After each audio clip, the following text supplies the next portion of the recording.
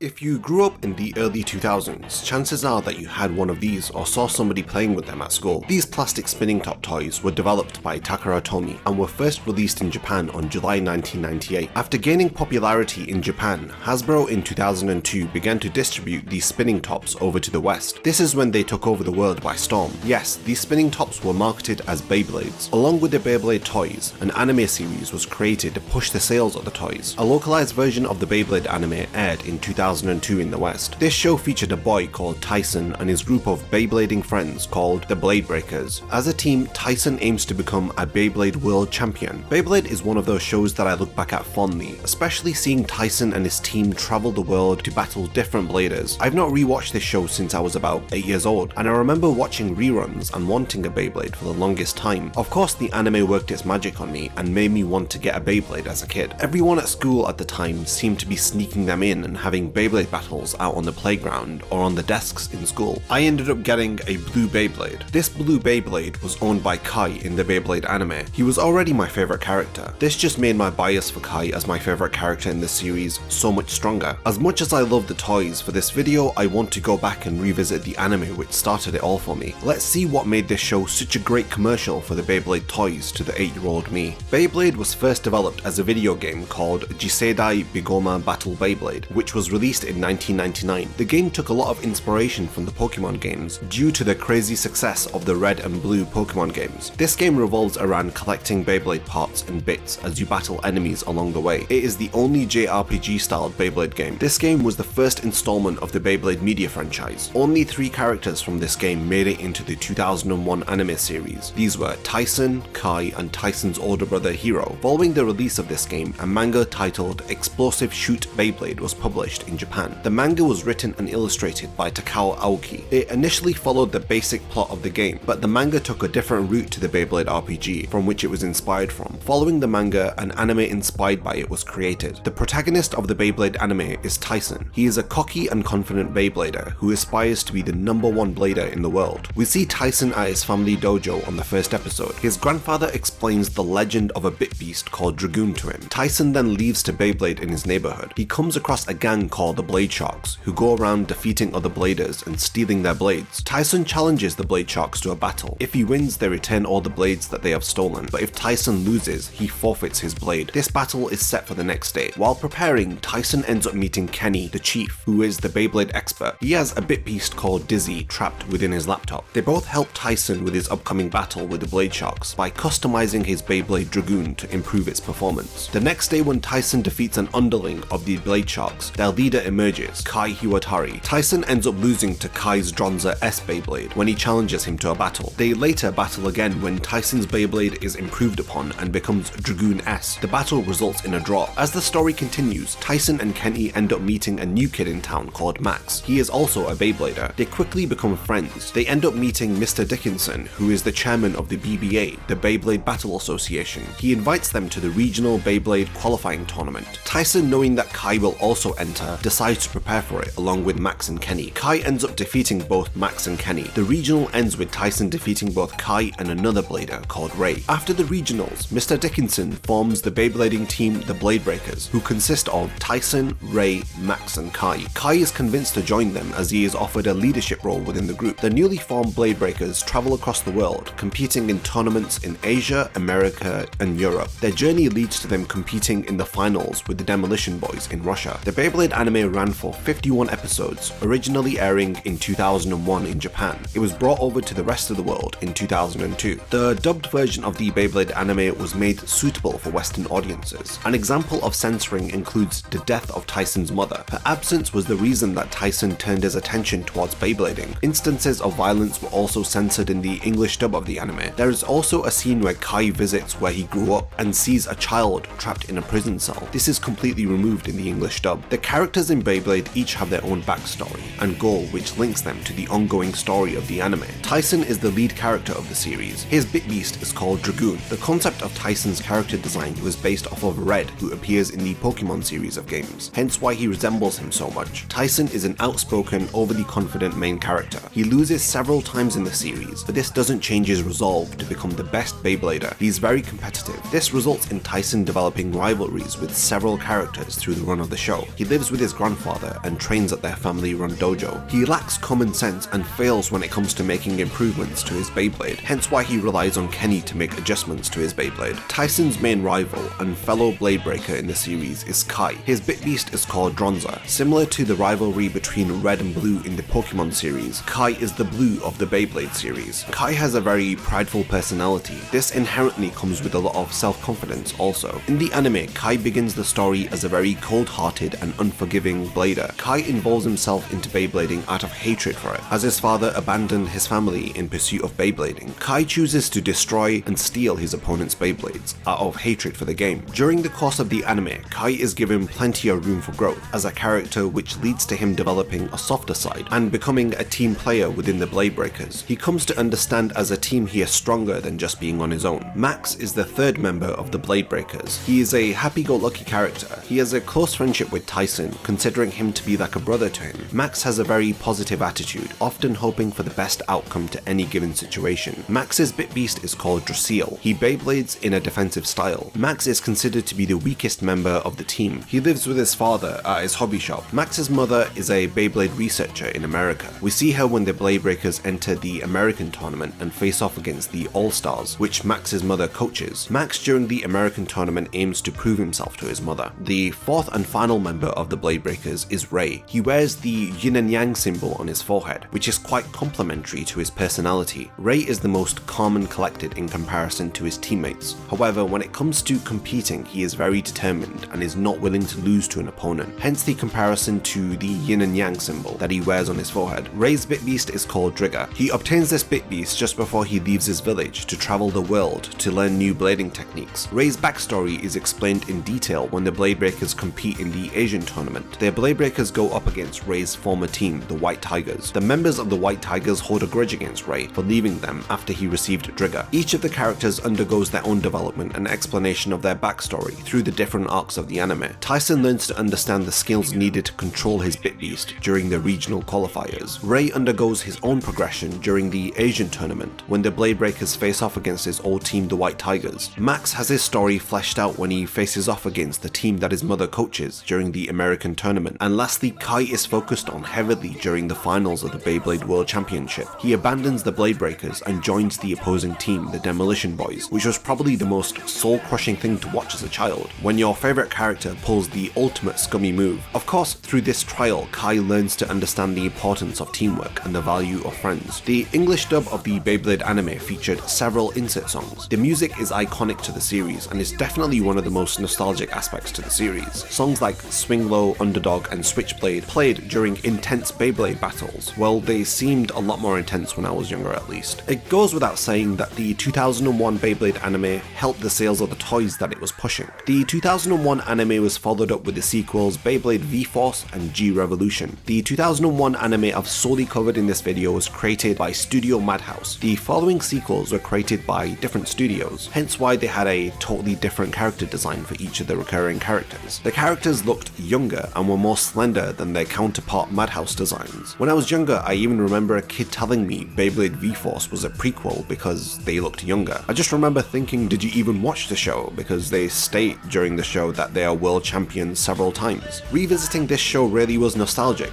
but it is definitely one of those shows that I'd only be into or look back at if I grew up with it. I've never really seen the original Japanese version of the anime, so I cannot comment on it, but the English dub was definitely cheesy and cringy at some moments, but that's what it's supposed to be. The original Beyblade anime was a show about kids playing with modified spinning tops while shouting "let it rip" to the top of their lungs. Toilet humor aside, it was definitely fun and memorable revisiting this series. It just brought me back to a time as a kid when I thought the Beyblade I owned housed a supernatural beast called Dranzer within it. Beyblade has continued with new series like Metal Fusion and Metal Fight, but it's just not the same as the original series. Even as a kid, when Beyblade V-Force and G-Revolution started, I kinda dropped off of the show because the original series just felt like a proper conclusion, and it was about that age when I was kinda growing out of the Beyblade toys. The concept of spinning tops was given new life with Beyblade. The toys were fun to play with, and the anime did a really good job of selling the toy line to kids. But it wasn't just a soulless 20-minute commercial for the toys. It included characters that you actually cared about as a kid.